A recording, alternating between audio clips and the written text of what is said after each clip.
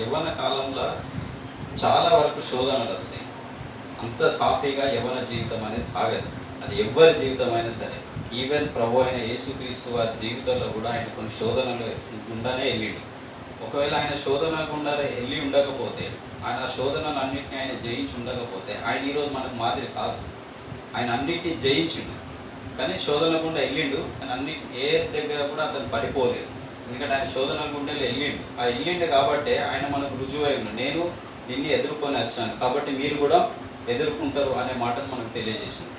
కాబట్టి ప్రతి మనిషి జీవితంలో శోధనలు అనేవి ఖచ్చితంగా వస్తాయి. శోధనలు రాకుండా ఉండనే ఉండవు. కాకపోతే బయట వారికి మనకున్నటువంటిది ఏంటి అని అంటే, వాళ్ళు ఒక దాన్ని లేకుండా ఉండదు, మనం ఆయుధం కలిగి ఉన్నాం.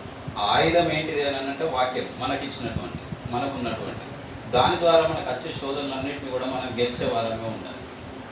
బయట వారు ఎందుకు దానిలో పడిపోతున్నారు, అలానే నశిస్తున్నారు అని అంటే, వారికి వాక్యం అనే ఖడ్గం లేదు. సో వాక్యం అనే ఖడ్గం మనకి ఇవ్వబడింది కాబట్టి దాని ద్వారా మనం గెలిచే బిడ్డలుగా ఉండాలి. దానికోసమనే వాక్యాన్ని ఎప్పుడూ ధ్యానిస్తూ ఉండాలి. మా ఫ్యామిలీ మొత్తం 2000 సంవత్సరంలో, అంటే ఇప్పటికి 24 సంవత్సరాల క్రితం ప్రభులోకి వచ్చింది. అప్పటి నుంచి కూడా నేను ప్రభులోనే ఎదిగాను. మీతో పాటు అన్ని విషయాలలో నేను చర్చిలోనే ఉండేది. కాకపోతే మీకు మరొకసారి గుర్తు చేసేది ఏంటంటే, మీ తల్లిదండ్రులు భక్తి పనులు ఉన్నంత మాత్రాన మీకు భక్తి అనేది సొంతంగా వృద్ధి చెందించుకుంటే తప్ప వారి ద్వారా మీకు వచ్చేది ఏమి ఉండదు. వారు రక్షించబడడం వల్ల మీరు రక్షించబడతారు అనేది మాత్రం మీ భ్రమ.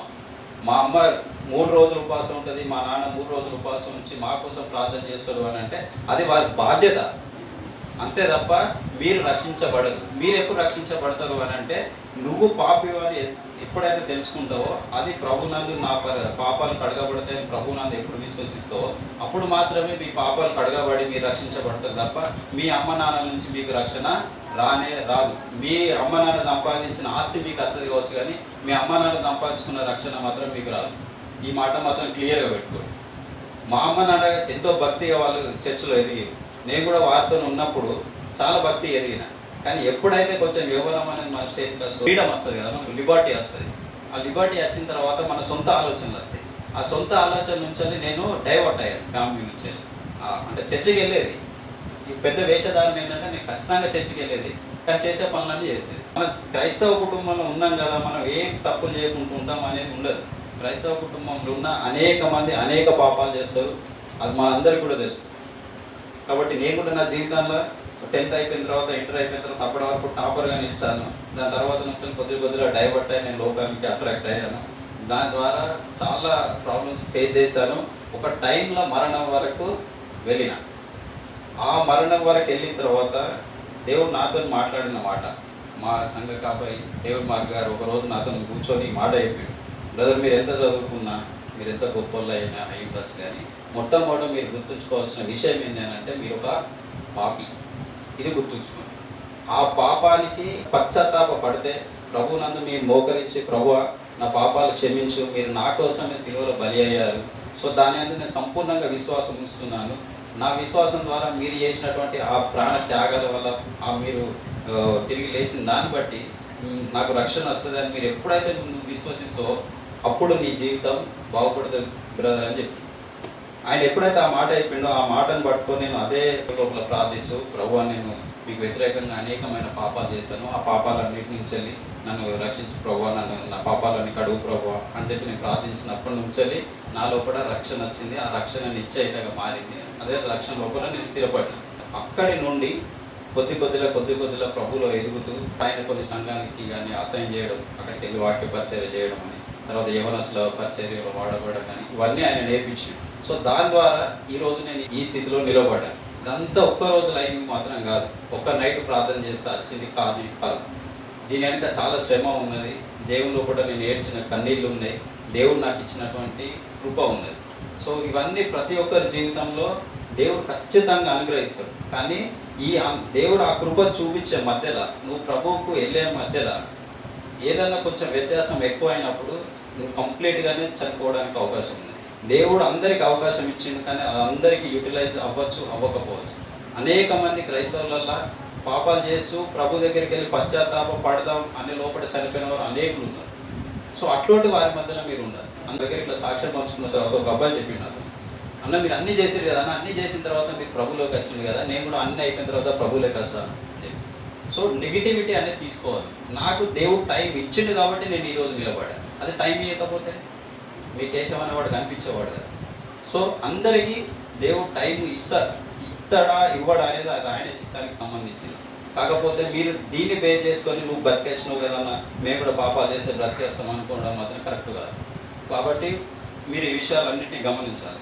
ఇవన్నీ దేవుని లోపల పడిపోవడానికి గల కారణం కావచ్చు, లేకపోతే అనేక శోధనలు గల కారణం కావచ్చు. మెయిన్ ఏది ఉంటుంది అని అంటే కన్ను. మీ కన్నులే. ఈ కన్ను వల్లనే మీ లోపల ఫస్ట్ శోధన అనేది స్టార్ట్ అవుతుంది. సో ఆ కన్ను నుంచి అలా పడిపోయిన అనేకులు ఉన్నారు. కాబట్టి మీ కన్నులు సరిగా ఉంటేనే మీరు సగం వరకు మీరు శోధనలో పడిపోకుండా ఉంటారు. 6వ అధ్యాయం 22-23 వర్షం. దేహమునకు దీపము కన్నే కనుక నీ కన్ను తేటగా ఉండినలా చిన్నదైతే నీ దేహం అంతా చీకటిమయమైండును. దేహానికి దీపం ఏంటిది? కన్ను. నీ కన్ను సరిగా ఉంటే నీ దేహం అంతా కూడా సరిగా ఉంటుంది. నీ కన్ను ఒకవేళ సరిగా లేదనుకో నీ దేహం మొత్తం నాశనం అవుతుంది. ఇది ఫ్యాక్ట్. కాబట్టి మీరు ఏం చేయాలంటే మీ కన్నులను చాలా జాగ్రత్తగా చూసుకోవాలి. నేను ఒకప్పుడు నా కన్నులను సరిగా చూపెట్టుకోలేదు కాబట్టి నేను మరణ అంచుల వరకు వెళ్ళిపోయాను. చాలామంది యవనస్తులు అట్లానే వెళ్ళిపోయారు. కాబట్టి మీరు అటువంటి పొరపాటు చేయకుండా మీ కన్నును చాలా జాగ్రత్తగా ఉంచుకోవాలి. అన్న మరి దీనికి రుజువు ఏంది? మీ ఒక్కరైనా అంటే బైబిల్లో కూడా పడిపోయిన వారు ఉన్నారు. నా ఒక్కటి జీవితమే కాదు, అనేకుల జీవితాలు ఉన్నాయి. కాబట్టి కొన్ని విషయాలు మనం బైబిల్ నుంచి చూసుకున్నాం. ఆదికాండం 3వ అధ్యాయం 6వ వచనం. వృక్షము ఆహారమునకు మంచిది, కన్నులకు అందమైనది. కన్నులకు అందమైనది. తన కన్నులకు పండు చాలా అందమైనదిగా కనబడింది. అందమైనదిగా కనబడినప్పుడు తను ఏం చేసింది అని అంటే దానికి అట్రాక్ట్ అయింది. సో యవ్వనస్తులలో చాలామంది అట్రాక్ట్ కావడానికి గల కారణం ఏంటిది అని అంటే వారి కన్ను చూడడానికి రమ్యమైనదిగా, అంటే చూడడానికి బ్యూటిఫుల్గా కనబడింది అని అంటే ఖచ్చితంగా అట్రాక్షన్ ఏర్పడుతుంది యవ్వన ప్రయాణంలో కూడా. ఒకవేళ ఏర్పడట్లేదు అని అంటే అది ఫిజికల్ డిఫెక్ట్ కిందకి వస్తుంది. అట్లా అట్రాక్షన్ అనేది కంపల్సరీ వస్తుంది. దానిలో రాదు అనడానికి చెప్పనీకి ఏముండదు. కాబట్టి ఏదైతే నువ్వు చూస్తావో దాని అందు నీకు అట్రాక్షన్ వచ్చింది. సో ఆదాము అవ్వ విషయంలో ఏం జరిగిందని అంటే ఆ అవ్వ ఎప్పుడైతే ఆ పండును చూసిందో అది కన్నులకు రమ్యమైనదిగా ఉండడం చూసి, అందమైనదిగా ఉండడం చూసి దానికి అట్రాక్ట్ అయిపోతే దాన్ని తినాలనుకున్నది. కానీ దేవుడు ఇచ్చిన ఆజ్ఞ ఏంది? తినకూడదు అని చెప్పి. కాకపోతే ఏమేం చేసింది? అది ఎప్పుడైతే కన్నులకు మంచిగా కనబడిందో అప్పుడు తిన్నది. తను తిని పాపం చేసింది. సో తర్వాత ఇంకొకరు కూడా ఉన్నారు. ఎవరు? సంసోను ఉన్నాడు. న్యాయాధిపతులు 14వ అధ్యాయం 1-3 వచనం. తిమ్నతునకు వెళ్ళి తిమ్నతులో ఫిలిస్తీన్ల కుమార్తెలలో ఒకతను చూచెను. అతడు తిరిగి వచ్చి తిమ్నతులో ఫిలిస్తీన్ల కుమార్తెలలో ఒకతను చూచి తిని మీరు ఆమెను నాకిచ్చి పెళ్లి చేయవాలని తన తల్లిదండ్రులు అనగా. చాలా చూసారు కదా, ఫిలిస్తీన్లలో ఒక ఆమెను చూసిండు అతను. ఈ ఫిలిస్తీన్లు ఎవరు అని అంటే సంసోను పుట్టుక ఎలా ఉన్నది అని అంటే అతను ఏర్పరచుకున్నటువంటి వ్యక్తి. ఎప్పుడైతే ఇజ్రాయెల్ ప్రజలు ఫిలిస్తీన్ల చేతిలో నలగబడి ఉంటారో, అంటే బందీలు అయి ఉండి వారితో శ్రమ పొందినప్పుడు దేవుడు ఏం చేసిందని అంటే ప్రజలను ఫిలిస్తీన్ల నుంచి విడిపించడం కోసం సంసోను పుట్టిస్తాడు. అదే ఆయనకు వాగ్దానం చేయబడినటువంటి వ్యక్తి అతను సంసోను. ఇజ్రాయెల్ ప్రజల లోపల నుంచి వెళ్ళి సంసోను పుట్టింది కాబట్టి వీరందరూ కూడా సృష్టికర్త అయిన దేవుణ్ణి పూజించేవారు. ఎవరు? ఇజ్రాయెల్ ప్రజలు. ఈ ఫిలిస్తీన్లు అందరూ ఎవరు అని అంటే సృష్టిని పూజించేవారు, అంటే విగ్రహారాధన చేసేటటువంటి వ్యక్తులు. సో వీరికి వారికి సాంగత్యం కుదరదు. కాకపోతే సంసోను ఏం చేస్తారు అని అంటే ఈయన ఎప్పుడైతే ఆ ఫిలిస్తీన్లకి వెళ్ళి ఒక ఆమెను చూసిండో ఆమె అందమైనది అయి ఉంటుంది. సో ఆయన ఎప్పుడైతే ఆమెను చూసిండో వాళ్ళ తల్లిదండ్రులకు వెళ్ళి నేను ఈమెనే పెళ్లి చేసుకుంటా అని చెప్పి పట్టుబట్టి అక్కడ ఏం మోసం చేసింది ఆయనను? ఆయన అట్రాక్ట్ కావడానికి గల మెయిన్ కారణం ఏంటిది? అవ్వ విషయంలో ఏం చేసింది? కన్ను. సంసోను విషయంలో కన్ను. ఒకవేళ ఆ ఫిలిస్తీన్లు ఉన్నప్పుడు అమ్మాయిని చూడకపోయి ఉన్నట్టు అతను అడిగి ఉండేవాడు కాదు. ఆయన చూడడం వల్లనే ఈయన ఆమె చేసుకోవాలన్నటువంటి కోరిక కలిగింది. కాబట్టి మీ లోపల ఏదైనా ఒక కోరిక కలగడానికి గల ప్రధానమైన కారణం ఏమై ఉంటుంది అని అంటే కన్నే అయి ఉంటుంది. సో కాబట్టి మీ కన్ను ఎలా ఉండాలి? తేటగా ఉండాలి. దేని విషయంలో తేటగా ఉండాలి? ప్రభు వాక్యం నుంచి మీరు తేటగా ఉండాలి. అట్లా కాకుండా మీరు సొంతంగా మీరు దేనైనా చూసినప్పుడు ఖచ్చితంగా దానికి అట్రాక్ట్ అవుతుంది. ఈ సంసోను విషయంలో ఏం జరిగిందని అంటే ఆమెను ఎప్పుడైతే చూసిన తర్వాత ఆయన నాకు పెళ్లి చేయమని చెప్పి అడిగింది. ఆ పెళ్లి చేయమని అడిగినప్పుడు వాళ్ళు వద్దు అని వాదించారు వాళ్ళ తల్లిదండ్రులు. ఇది కరెక్ట్ కాదని ఆయన మన వాళ్ళు సృష్టిని పూజించటోళ్ళు, మన సృష్టికర్తను పూజించటోళ్ళు, వాళ్ళని మనకు పొత్తు కుదరదు, నువ్వు ఆమెను పెళ్లి చేసుకోవద్దురా అని చెప్తే వినడు. లేదు నేను ఆమెనే పెళ్లి చేసుకుంటాను. ఎందుకు అని అంటే మనోడికి ఏమైంది జనరల్ లాంగ్వేజ్లో మాట్లాడితే ఏమంటారు, లవ్ ఎట్ ఫస్ట్ సైట్ అంటారు కదా, అలాంటిది ఏర్పడింది. ఈ ఎప్పుడైతే అతను చూసిండో అప్పుడు ఇతనికి లవ్ అనేది ఏర్పడింది. అది అతను చూడడం వల్ల మనం పెళ్లి చేసుకోమంటారు, వాళ్ళు పెళ్లి చేస్తారు. ఆ పెళ్లి చేయడం వల్ల వాళ్ళకి మధ్యలో గొడవ అవుతుంది. తర్వాత ఆయన వదిలేసిపోతాడు. ఆ కోపంతో ఈయన ఒక ఢిల్లీలో ఒక వేశ్య దగ్గరికి వెళ్తాడు. ఆ వేశ్య దగ్గర వాళ్ళు ఫిలిస్తీన్లు ఆమె కొంచెం డబ్బులు ఇచ్చి ఈయన బలరహస్యం ఎంతో ఉన్నదో కనుక్కోమని చెప్తారు. ఎప్పుడైతే ఈయన బలరహస్యాన్ని కనుక్కుంటాడో అప్పుడు ఈయన వాళ్ళకి బందీ అయిపోతారు, వాళ్ళు అతన్ని చంపేస్తారు. సో ఇది జరుగుతుంది. ఇక్కడ ఈయన చనిపోవడానికి ఆయన ఎంత బలవంతుడు అని అంటే ఒక సింహాన్ని సైతం ఇట్లా చీల్చి పడేసే అంత బలవంతుడు సంసోను. అలాంటి వ్యక్తి పాపంలో పడిపోవడానికి గల ప్రధాన కారణం ఏంటిది అని అంటే కన్ను. సో ఇట్లా చాలామంది ఉన్నారు. ఇంకా great personality in the Bible మీకు తెలుసు కదా, ఎవరు? డేవిడ్, కింగ్ డేవిడ్ ఉంటాడు కదా, అతను కూడా తన కన్ను ద్వారానే పాపంలో పడిపోతాడు.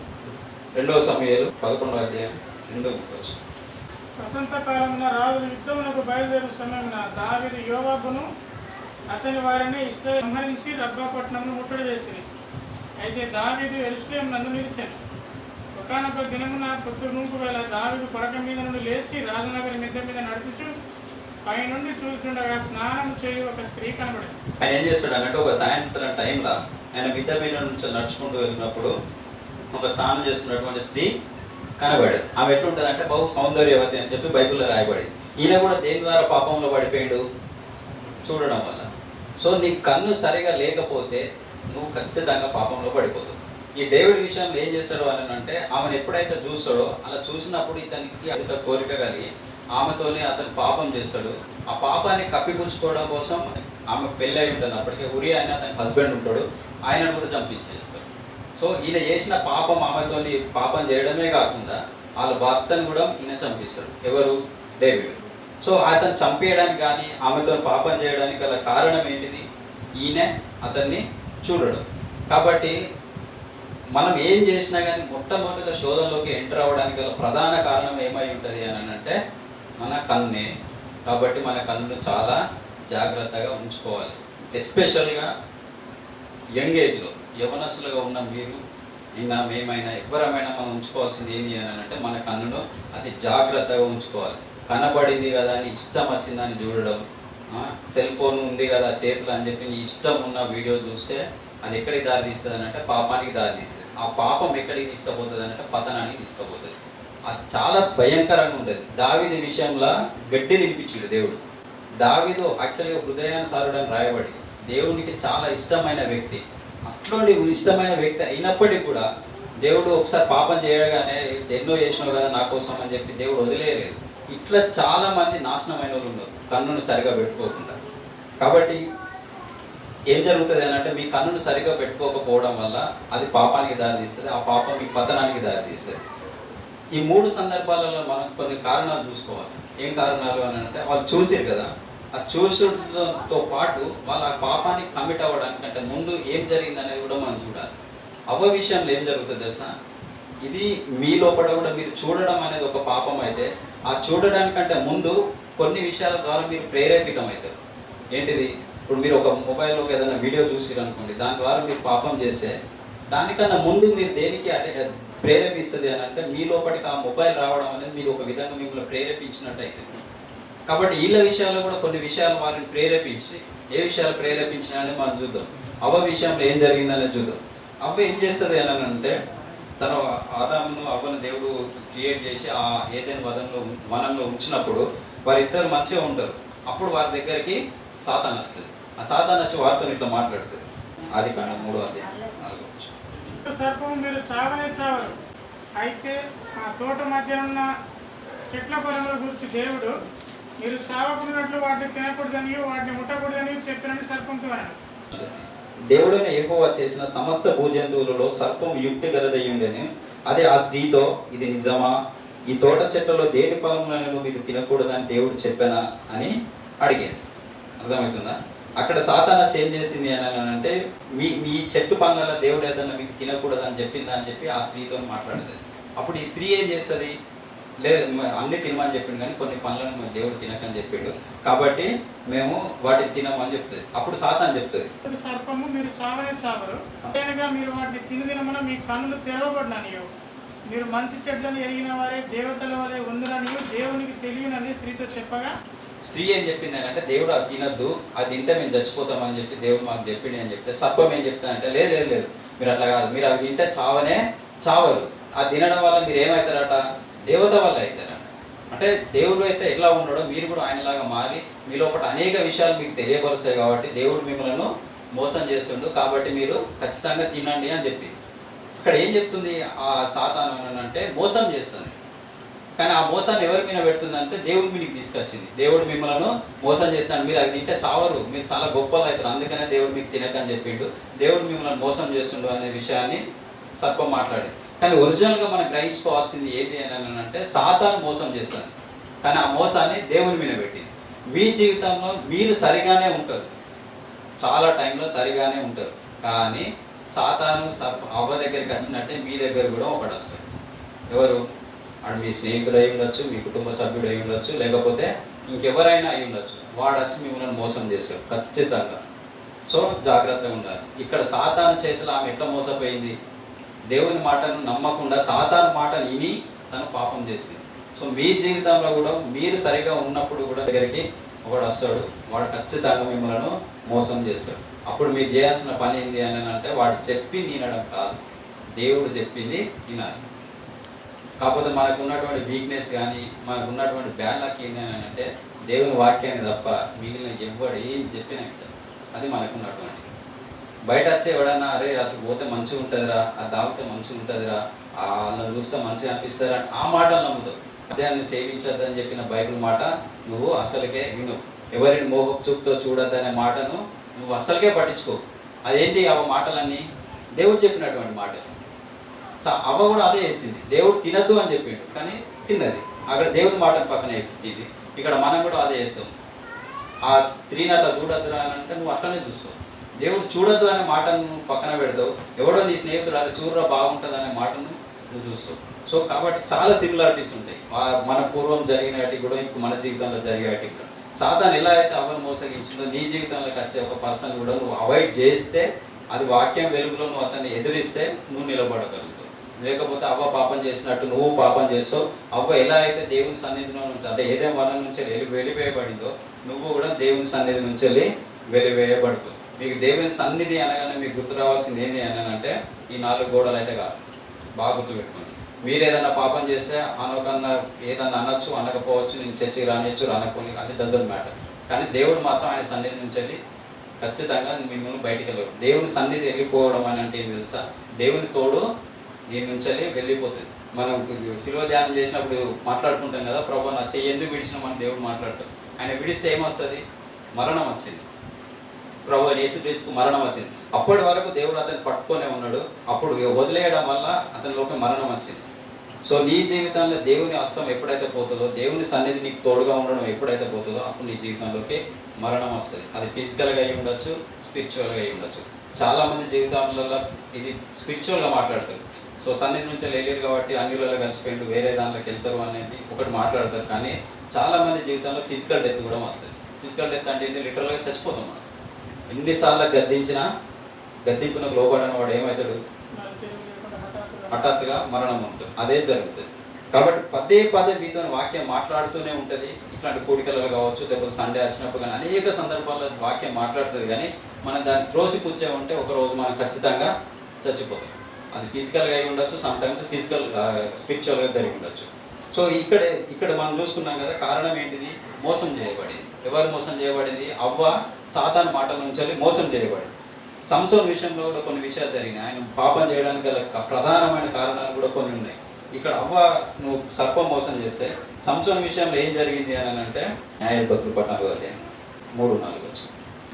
కానీ నా జనులో కానీ స్త్రీ లేదనుకొని సున్నతి పొందని ఫిలిష్తీయుల నుండి కన్యను తెచ్చుకుంటూ వెళుచున్నావా అని అతన్ని అడిగిరి.